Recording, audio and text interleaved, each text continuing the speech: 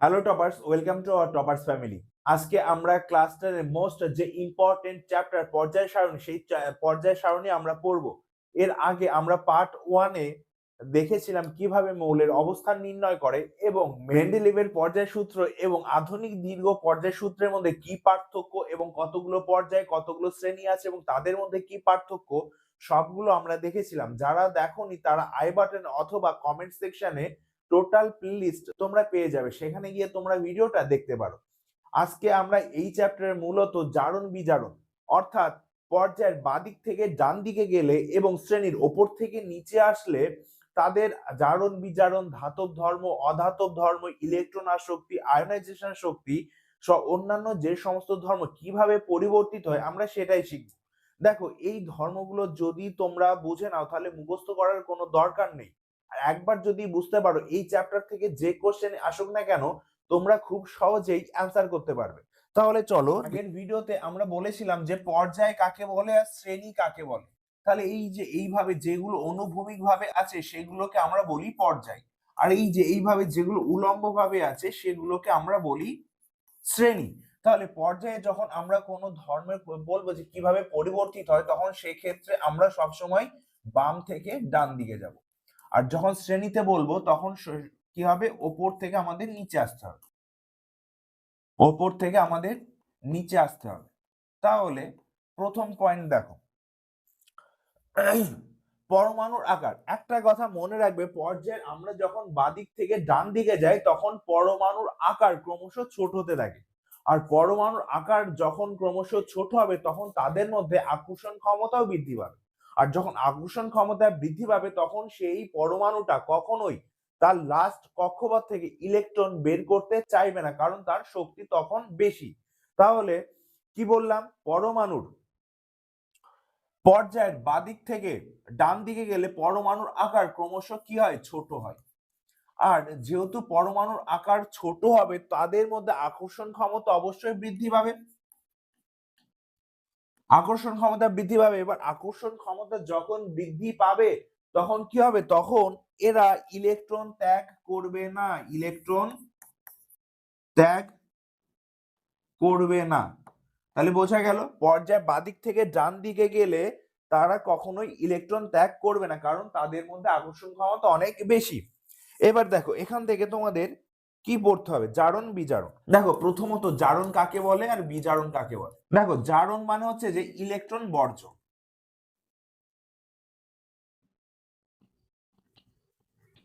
Electron বর্জন, electron বর্জন করলে চিহ্ন প্লাস আসে। তাহলে যে ক্ষমতার জন্য ইলেকট্রন বর্জন করছে সেই ক্ষমতাকে আমরা বলি বিজারণ ক্ষমতা।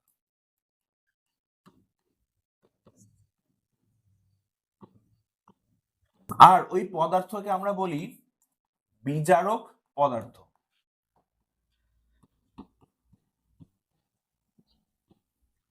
এবার দেখো, ইলেকট্রন বর্জন, ইলেকট্রন বর্জন করলে চিহ্ন কি হয়, পজিটিভ চিহ্ন হয়।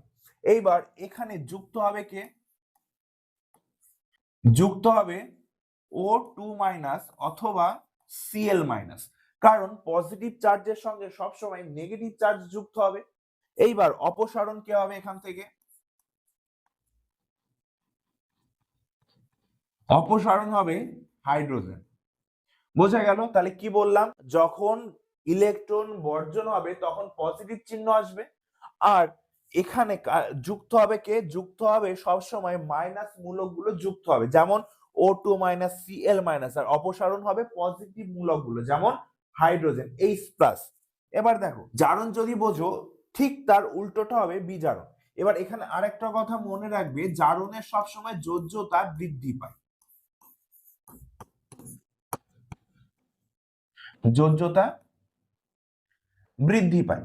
এবার দেখো, তাহলে বিজারণে কি হবে, বিজারণে হবে ইলেকট্রন গ্রহণ করবে।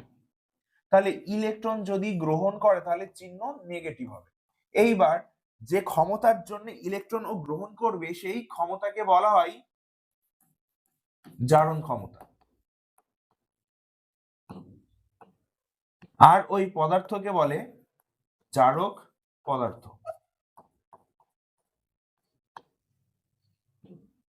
এইবার এখানে কে যুক্ত হবে, তাহলে কি বলেছিলাম, ইলেকট্রন গ্রহণ করলে চিহ্ন কি হচ্ছে মাইনাস, তাহলে মাইনাস এর সঙ্গে সব সময় পজিটিভ চিহ্ন যুক্ত হবে। তাহলে এখানে কি যুক্ত হবে, সব সময় পজিটিভ মূলক মানে এইচ প্লাস। আর অপসারণ কি হবে, অপসারণ অবশ্যই মাইনাস, কারণ মাইনাসের সঙ্গে কখনো মাইনাস মূলক যুক্ত হতে পারে না। তাহলে অপসারণ কে কে হবে, O2 মাইনাস আর Cl মাইনাস, মানে এক কথায় মাইনাস মূলকগুলো সব সময় অপসারিত হবে।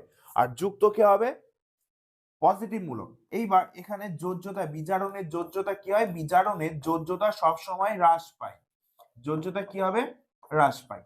তাহলে এই ছিল আমাদের মূলত জারণ ও বিজারণের মেন পার্থক্য। তুমি যদি এই চ্যাপ্টারে এইটাই মনে রাখতে পারো তাহলে দেখবে তোমার এই চ্যাপ্টারের 80% কোশ্চেন এমনিই হয়ে গেছে। এবার দেখো এখানে আমি বলেছি যে জারণ মানে ইলেকট্রন বর্জন, তাহলে অ্যাকচুয়ালি ইলেকট্রন বর্জন করলে পজিটিভ চার্জটাই কেন আসে, দেখো Na, তাহলে আগের ভিডিওতে বলেছিলাম সোডিয়াম, কারণ আগের ভিডিওতে তোমাদের আমি 1 থেকে 20 পর্যন্ত মৌলগুলো মুখস্থ করতে বলেছিলাম। কেন, কারণ এখন কাজে লাগবে। দেখো সোডিয়ামের আমাদের ইলেকট্রন সংখ্যা 11, তাহলে প্রথম কক্ষপথে 8টা, দ্বিতীয় কক্ষপথে 8টা, আর লাস্টের কক্ষপথে 1টা থাকে। এবার লাস্টের কক্ষপথে সব সময় ইলেকট্রন গুলো অষ্টক পূর্ণ রাখতে চাই, অর্থাৎ সবসময় ফুল রাখতে চাই। কেন, কারণ ওরা সবসময় ওদের নিকটবর্তী নিষ্ক্রিয় গ্যাসের মতো সুস্থিত হতে যায়। তাহলে এই লাস্টের কক্ষপথের এই একটা ইলেকট্রন বের করে দেবে, একটা ইলেকট্রন বের করে দিয়ে ও কিসে পরিণত হবে, Na+।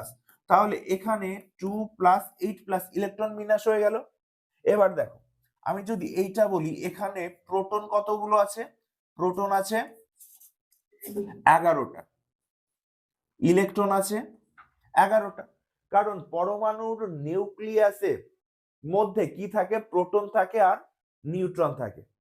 এইবার নিউক্লিয়াসের মধ্যে একটা যদি স্ট্রাকচার রাখি, তাহলে এটা নিউক্লিয়াস, এখানে কি আছে, এখানে প্রোটন আছে, নিউট্রন আছে। বাইরের কক্ষপথে কে ঘুরে বেড়াচ্ছে, মাইনাস, মানে ইলেকট্রন গুলো ঘুরে বেড়াচ্ছে। কতগুলো কক্ষপথ আছে, মোট 7টি কক্ষপথ আছে। কি কি, কে, এল, এম, এন, ও, পি, কিউ। প্রথম কক্ষপথে 2টো, দ্বিতীয় কক্ষপথে 8টা, এখানে 2টো থাকবে, আর এখানে 3, 4, 5, 6, 7, 8, এরকম 8টা ইলেকট্রন ঘুরে বেড়াবে। এবার এখান থেকে তোমরা অলরেডি একটা কোশ্চেন জানো যে পরমাণু সব সময় নিস্তড়িত হয়। কেন, কারণ এই যে নিউক্লিয়াসের মধ্যে যতগুলি প্রোটন থাকবে, বাইরের কক্ষপথে ঠিক ততগুলো কি থাকবে, ইলেকট্রন থাকবে। তার মানে এখানে প্রোটনের চার্জ কি, প্রোটন মানে হচ্ছে যে পজিটিভ আর ইলেকট্রন মানে নেগেটিভ। তাহলে দেখো এখানে সোডিয়াম 11 ছিল, তাহলে প্রোটন 11টা আছে, ইলেকট্রন 11টা আছে, তাহলে এখানে সবাই তো সেম আছে। কিন্তু তুমি এই স্ট্রাকচারটা যদি দেখো তাহলে দেখতে পাবে এখানে প্রোটন 11টায় আছে, ইলেকট্রন একটা বের করে দিয়েছে, আগে ছিল 11টা, একটা বেরিয়ে গেল, তাহলে এখন মোট কটা আছে, এখন মোট 10টা আছে। তাহলে কোন চার্জ বেশি আছে, একটা পজিটিভ চার্জ বেশি আছে, সেই জন্য এখানে প্লাস চার্জ আসে। ঠিক একইভাবে যখন বিজারণ মানে হচ্ছে যে ইলেকট্রন গ্রহণ করবে মাইনাস, তাহলে সেখানে কোন চার্জ বেশি হবে, মাইনাস চার্জ বেশি হবে, কারণ গ্রহণ করছে। এবার দেখো তাহলে বুঝতে পারলে এখানে আমরা কি বলছিলাম, যে পরমাণুর বাদিক থেকে ডান দিকে গেলে ইলেকট্রন ত্যাগ করবে না। এবার দেখো তাহলে জারণ বিজারণ কাকে বলে আমরা বুঝলাম। তাহলে পর্যায়ের বাদিক থেকে ডান দিকে গেলে কি বলেছিলাম, পর্যায়ের বাদিক থেকে ডান দিকে গেলে পরমাণুর আকার ক্রমশ ছোট হতে থাকে এবং তাদের মধ্যে আকর্ষণ ক্ষমতা বৃদ্ধি পায়। এই জন্য তারা কখনো ইলেকট্রন ত্যাগ করে না, কি করে, ইলেকট্রন গ্রহণ করে। তার মানে পর্যায়ের বাদিক থেকে ডান দিকে গেলে জারণ ক্ষমতা কি হবে, জারণ ক্ষমতা বৃদ্ধি পাবে, জারণ ক্ষমতা বৃদ্ধি পাবে। আর বিজারণ ক্ষমতা কি হবে, বিজারণ ক্ষমতা হ্রাস পাবে। তাহলে এখানে লিখতে পারো যে পর্যায়ের বাদিক থেকে ডান দিকে গেলে, পর্যায়ের বাদিক থেকে ডান দিকে গেলে জারণ ক্ষমতা,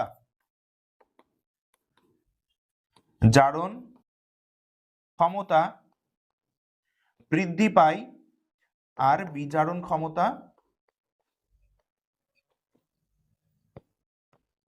বিজারণ ক্ষমতা হ্রাস পায়। এবার এখান থেকে আরেকটা জিনিস দেখো, ধাতব ধর্ম কাকে বলে আর অধাতব ধর্ম কাকে বলে। কোন মৌলের ইলেকট্রন বর্জন করে ক্যাটায়ন, ইলেকট্রন বর্জন মানে ও কি তৈরি করছে, ইলেকট্রন বর্জন মানে ক্যাটায়ন তৈরি করছে। কি তৈরি করছে? ক্যাটায়ন। ক্যাটায়ন মানেও পজিটিভ। তাহলে ইলেকট্রন বর্জন করে ক্যাটায়নে পরিণত হওয়ার প্রবণতাকে আমরা কি বলছি? আমরা বলি ধাতব ধর্ম। ধাতব ধর্ম। ইলেকট্রন বর্জন করে ক্যাটায়নে পরিণত হওয়ার প্রবণতাকে বলি ধাতব ধর্ম। আর ইলেকট্রন গ্রহণ মানে অ্যানায়ন।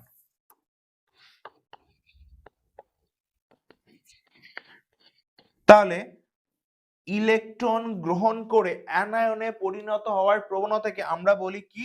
অধাতব ধর্ম। অধাতব ধর্ম। বুঝতে পারলে? তাহলে ধাতব ধর্ম কাকে বলে? না ইলেকট্রন বর্জন করে ক্যাটায়নে পরিণত হওয়ার প্রবণতাকে আমরা বলি ধাতব ধর্ম, এবং ইলেকট্রন গ্রহণ করে অ্যানায়নে পরিণত হওয়ার প্রবণতাকে আমরা বলি অধাতব ধর্ম। তাহলে এখানে দেখো, যখন আমরা পর্যায়ের বাদিক থেকে ডান দিকে যাব তখন কি হবে? অধাতব ধর্ম বৃদ্ধি পাবে এবং ধাতব ধর্ম হ্রাস পাবে। তাহলে পর্যায়ের বাদিক থেকে ডান দিকে গেলে কি বললাম? পর্যায়ের বাদিক থেকে ডান দিকে গেলে অধাতব ধর্ম বৃদ্ধি পাবে। পর্যায়ের বাদিক থেকে ডান দিকে গেলে অধাতব ধর্ম বৃদ্ধি পাবে আর ধাতব ধর্ম হ্রাস পাবে। তাহলে আশা করি এইগুলো বুঝতে পেরেছো। এবার কথা হচ্ছে শ্রেণী ওপর থেকে নিচে আসলে কি ঘটবে। এখানে যা যা আছে তার সম্পূর্ণ উল্টোটা হবে। মানে যেমন পর্যায়ের বাদিক থেকে ডান দিকে গেলে পরমাণুর আকার ক্রমশ ছোট হচ্ছিল, তাহলে শ্রেণীর ওপর থেকে নিচে আসলে কি হবে? বড় হবে। আকর্ষণ ক্ষমতা কিভাবে পরিবর্তিত হচ্ছিল? পর্যায়ে বাদিক থেকে ডান দিকে গেলে বৃদ্ধি পাচ্ছিল, আর শ্রেণী থেকে যখন ওপর থেকে নিচে আসবো তখন কি হবে? আকর্ষণ ক্ষমতা ক্রমশ কমতে থাকবে। ঠিক একইভাবে এরা যেমন ইলেকট্রন গ্রহণ করবে না, পর্যায়ে বাদিক থেকে ডান দিকে গেলে ইলেকট্রন ত্যাগ করবে না। কি করবে? এ হচ্ছে যে ইলেকট্রন গ্রহণ করবে। ইলেকট্রন গ্রহণ করবে। ঠিক একইভাবে ওপর থেকে নিচে যখন আসবো তখন এরা কি করবে? ইলেকট্রন বর্জন করবে। বর্জন করবে। ঠিক এইভাবে এখানে কি হবে? এটা বড় হবে, এটা হ্রাস পাবে। এখানে কি হবে? এখানে জারণ ক্ষমতা হ্রাস পাবে। জারণ ক্ষমতা হ্রাস পাবে আর বিজারণ ক্ষমতা বৃদ্ধি পাবে। বিজারণ ক্ষমতা বৃদ্ধি পাবে। এখানে কি হবে? উল্টোটা হবে।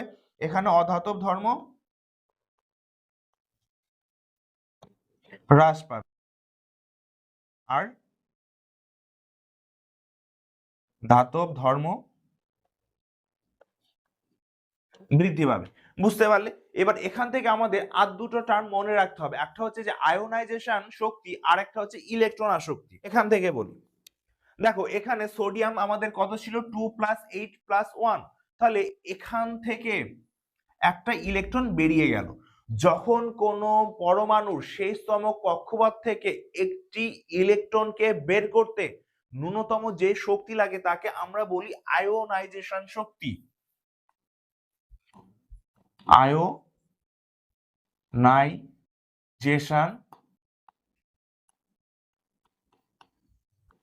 শক্তি। তাহলে কি বললাম? কোন পরমাণুর শেষতম কক্ষপথ থেকে একটি ইলেকট্রনকে বের করতে ন্যূনতম যে শক্তি লাগে তাকে আমরা বলি আয়োনাইজেশন শক্তি। আর ইলেকট্রন আসক্তি কি?